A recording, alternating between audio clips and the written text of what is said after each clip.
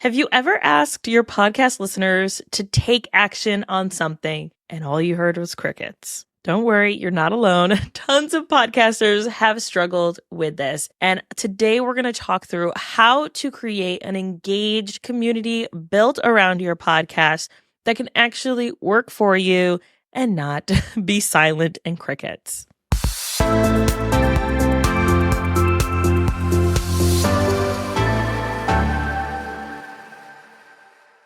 Hello and welcome to another episode of Successful Podcasting Unlocked.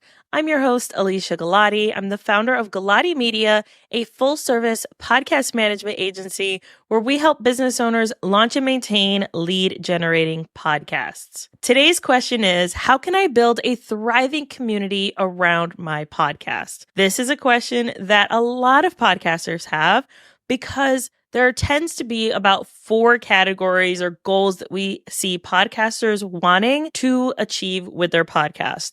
The first is that they are looking to convert their listeners into leads. They want conversions. The second is that they want to create an impact with their show. The third is that they're looking to grow their podcast listenership. And the fourth is that they want to create an engaged community with their podcast. If you fall into any of the previous 3, please go back and listen to those episodes. Be sure to listen because each of those episodes dives into setting those goals, what are some examples that you can use, as well as actions to take to achieve those goals for yourself. Today, we're going to be talking through building a community. But before we get into that, we want to make sure that we are talking about SMART goals. These are specific, they are measurable, achievable, relevant, and they are time-bound. When we're creating our goals, it's important that we're doing it a smart way to ensure that we are not setting ourselves up for failure. So often as podcasters, we get into this idea that, oh, so-and-so did it, I can do it for sure, and I'm going to have the same success as they had. But that's not always true. We need to look at what our numbers are today, set achievable and relevant goals, and then take action within a 6-month period to achieve those goals. And I say 6 months because most often people will give it 1 month or even 3 months.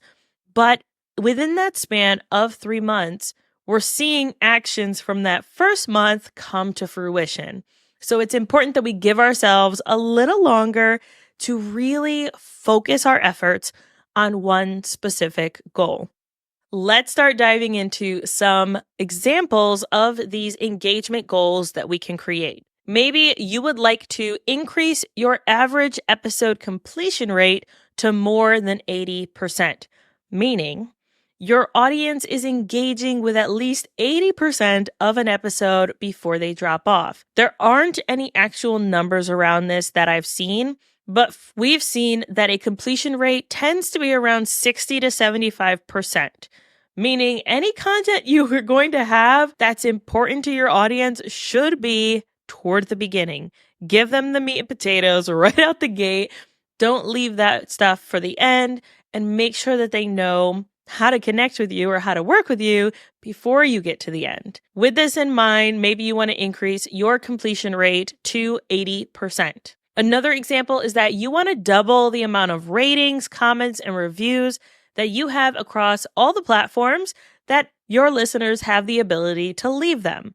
We also saw one client do this where she wanted to be able to give people a way to easily give reviews without having to leave them on a specific platform. She created a Google form, had a rating system, and people were able to leave their own comments and their own feelings about the show.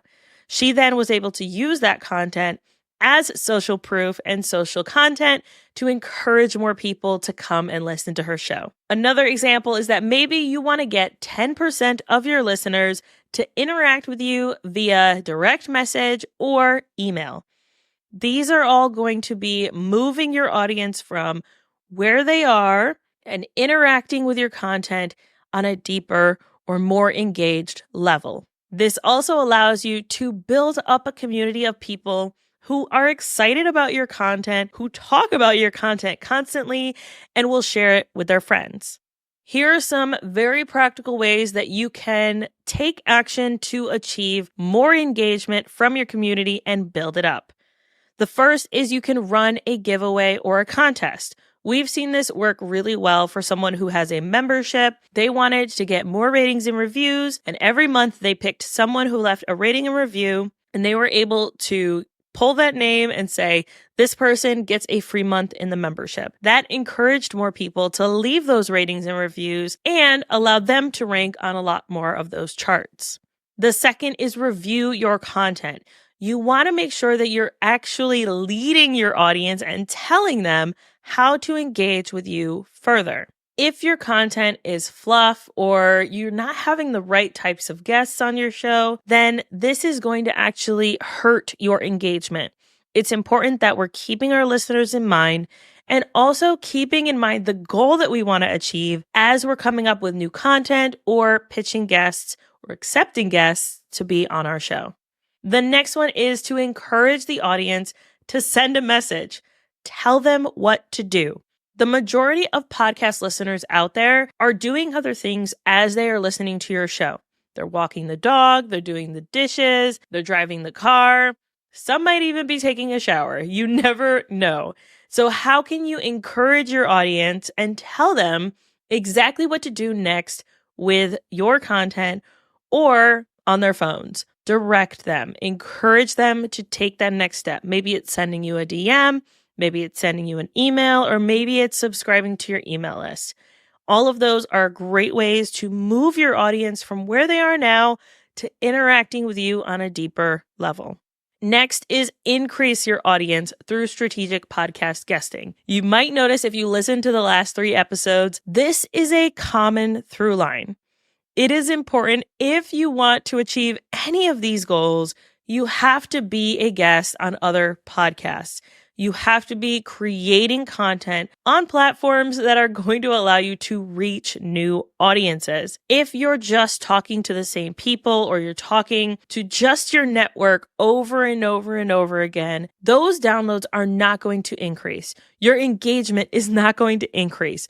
New people are not going to find you, but by being visible, by getting your message out there, being a guest on other people's show, being in communities, that is going to help you grow your show exponentially. Next, track your results. See what is working and what isn't.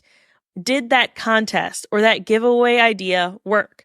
At the end of the 6 months, what was that increase in reviews that you got? Were there more people who were reaching out to you in the DMs? What did that look like? And then finally, use this call to action in every episode. Please leave a rating and a review or a comment on your favorite podcast app. There are podcast apps that do allow people to leave ratings, reviews, and comments. Some are even for episodes, not just for your podcast as a whole. Goodpods is a great example of this. They have ratings and comments, or what we like to call reviews, for every episode of your show. People can leave ratings and comments. And I think that is such an impactful way to get in touch with your audience, get a pulse of what they're liking and what they're not, and also to get those reviews from our non-Apple users. If audience engagement is one of your goals, I highly recommend that you go to GalatiMedia.com/intensive. There you'll learn more about our group program, which will help you achieve those goals. We've created something that's affordable and might just kick your butt into gear and really help you achieve the goals that you're looking to achieve with your podcast. Until next time, happy podcasting.